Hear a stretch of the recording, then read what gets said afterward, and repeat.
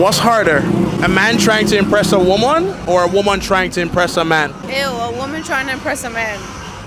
We don't fucking do that. That's like, hell fucking no. Like, bitch, you need to value yourself. That's like, below the bottom. No. Men need to fucking impress us because our pussy is golden and that's what the fuck it is. Well, hold on. What makes you think you're walking around with the golden puss? I know I'm walking around with a golden pussy. I don't have to tell you. But where's the entitlement come from? You know how somebody knows you have golden pussy? Because that bitch is not fucking with this, him, her, him, he, she, whatever the fuck. It's like, we're like very conservative, but not too conservative. You know Well, what I mean? But like, are you single or in a relationship? I'm in a relationship. Is this your first relationship? Obviously not.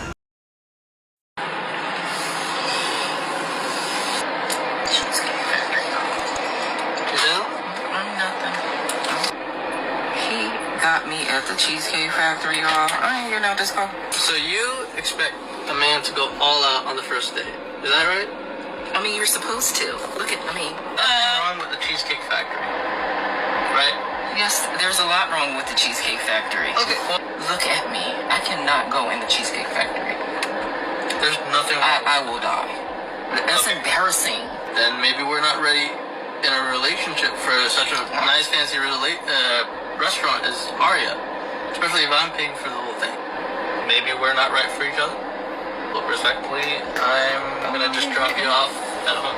There you Oh, go. no, he didn't. You're asking her on a date, so you take her where you want to go at. If that's your favorite restaurant, Cheesecake Factory. But for a woman to tell you and not be thankful, nah, I gotta get you up out of here. Because men should never hit a woman. Why not? That's just f***ed up. What? Why? Why should a man hit a woman? To protect himself. Oh man, this is a lot. What do you mean? I just disagree with your viewpoints. Why? That you think a man should hit a woman? Should a woman hit him? Yes, I do. I don't think violence is the answer to anything. No, in protection, he's self-defense. Let's say a woman hit, he shouldn't just go around hitting her just for no reason. Yeah. But let's say that, should women hit men? No. Right. So if a woman should hit a man, shouldn't he smack her back? No. Why not? Because she's a girl. Well, she doesn't know that?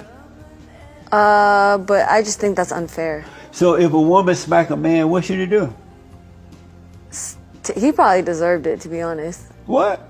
Yeah, you want to play this game? Let's go. And doesn't she deserve to be smacked back if she should hit No, him? she's a girl. Guys should not hit girls. But girls should hit guys? I never said that. No. But if they do, the guy should smack her back? No. Why not? Because guys shouldn't hit girls. Why? Because it's just that's just unfair. Well, how? Because girls are tender and beautiful creatures that should not be hit. But don't they know that before they hit the man, that they can't handle it? I don't know. Uh-huh. I have no idea. These contemporary women have experienced freedoms, privileges, legal advantages, and genuine equality of choices for several decades, a reality that many other countries, particularly in the Middle East, may not provide. And because of that, they don't understand the value of true freedom. These women have never collectively fought for their rights and freedoms. While they've endured domestic abuse in their upbringing and toxic relationships, even surviving tragic assaults, it's essential to acknowledge that their current rights have largely been granted rather than earned. There's a valid reason for promoting equal rights for all individuals, yet the often criticized sense of entitlement among women stems from the fact that many of their privileges were bestowed upon them. In contrast, historical matriarchies, if they ever existed, likely faced extinction rapidly and failed to recover. Criticism is often directed at men for displaying entitlement, but few consider the historical struggles and risks that men have endured. Whether it's the elevated suicide rates, increased vulnerability to violence, harsher sentences and higher incarceration rates, 65% for similar crimes, perilous professions, or facing vehicular accidents, men continue to grapple with daily challenges. The list of risks and hardships goes on, shedding light on the nuanced experiences of both genders. I'm here to present some uncomfortable truths, not to criticize women unjustly. Let's address a harsh reality that often goes unspoken. The historical treatment of women, and to some extent their current status, can be linked to the physical advantage some men possess. Shockingly, statistics indicate that a significant majority of adult women can be physically overpowered by teenage boys aged 15, 16, which challenges assertions made by some vocal advocates. The entitlement observed in many Western women is attributed to several factors. One key contributor is the influence of effeminate males who, under the guise of supporting feminism, compromise their principles. Additionally, the presence of bitter individuals who squandered their prime years on fruitless endeavors seeks to redefine their worth and purpose through radical ideologies. Men are currently grappling with frustration, pain, and exhaustion due to prevailing circumstances. The rules of the game seem fixed. Many men aspire to see a shift in attraction dynamics, where women value qualities like a good nature, meaningful sacrifices, and unwavering commitment, rather than a man's financial worth or social status. However, this ideal remains elusive in reality. Men are sacrificing their lives in hazardous environments like plants and factories, working hard to ensure mortgage payments, fund annual vacations of their partner's choice, settle exorbitant engagement ring debts, and support children who might not even be biologically theirs. Surprisingly, despite these sacrifices, approximately 80% of divorce initiations come from women. I'm merely conveying this information, not to provoke hate, but as a messenger of these facts. For those skeptical, I encourage you to conduct your own research. Take a break from mainstream news, reality shows like NJ Housewives or The View, and delve into the available information.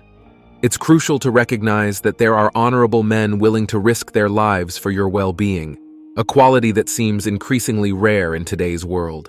The entitlement attitude among women is a product of the synergy between social media and modern feminism. Social media grants women the ability to attract attention from numerous men, leading to an overwhelming sense of power. With countless admirers expressing admiration and desire, it significantly inflates their ego. Unlike men who rarely experience such attention, an average 18-year-old woman is exposed to a multitude of options. Imagine the attention she receives as akin to choosing a bag of chips in a grocery store. With a plethora of choices, she believes she deserves the absolute best to satisfy her current preferences. Additionally, a mere direct message from an individual with a blue checkmark, wealth, and status can provide her with a weekend experience beyond what an ordinary man can offer, instantly altering her standards. Modern feminism further contributes to this phenomenon on social media. Videos advocating for women to embrace a masculine boss babe persona and proclaiming independence from men can be found aplenty. However, many of these empowered women often end up single and discontent later in life. Let them follow their chosen path. Many men simply seek a wife or girlfriend who embodies kindness, loyalty, and cuteness, often placing little emphasis on career status or ambition, although highly educated men may differ in their preferences. On the contrary, women appear to prioritize specific attributes, such as height and income, over qualities like kindness, loyalty, and humor. The perceived worth of a man is often linked to these external factors. For instance, it's questioned whether highly educated women from prestigious institutions would consider dating an intelligent, funny, and kind carpenter, indicating a potential bias against certain professions. It seems that modern women are not just seeking any man, but the man. There's a prevalent belief that they are entitled to the top 1% of men, fostering a mentality not commonly observed among men. An example contrasts this as Matt Damon, a successful actor, might marry a single-mom bartender from Miami, while it's posited that a college-educated woman with a decent income would be unlikely to marry someone working at Lowe's or Home Depot. Moreover, women often view the men they date as trophies, desiring attributes like height, muscle, wealth, or popularity that surpass their friends' boyfriends. This pursuit of top-notch men is observed broadly, leading even matchmakers like Rebecca Lynn Pope to express frustration and discontinue working with American women due to perceived entitlement. Pope's rant on YouTube highlights the challenge of women wanting men significantly above their perceived equivalent match. And that's it for today on Sigma Traits. Make sure you hit that like button, Smash that subscribe button and don't forget to ring that notification bell. Support this channel through membership and super chat. Let us know your thoughts in the comments below. See you all tomorrow.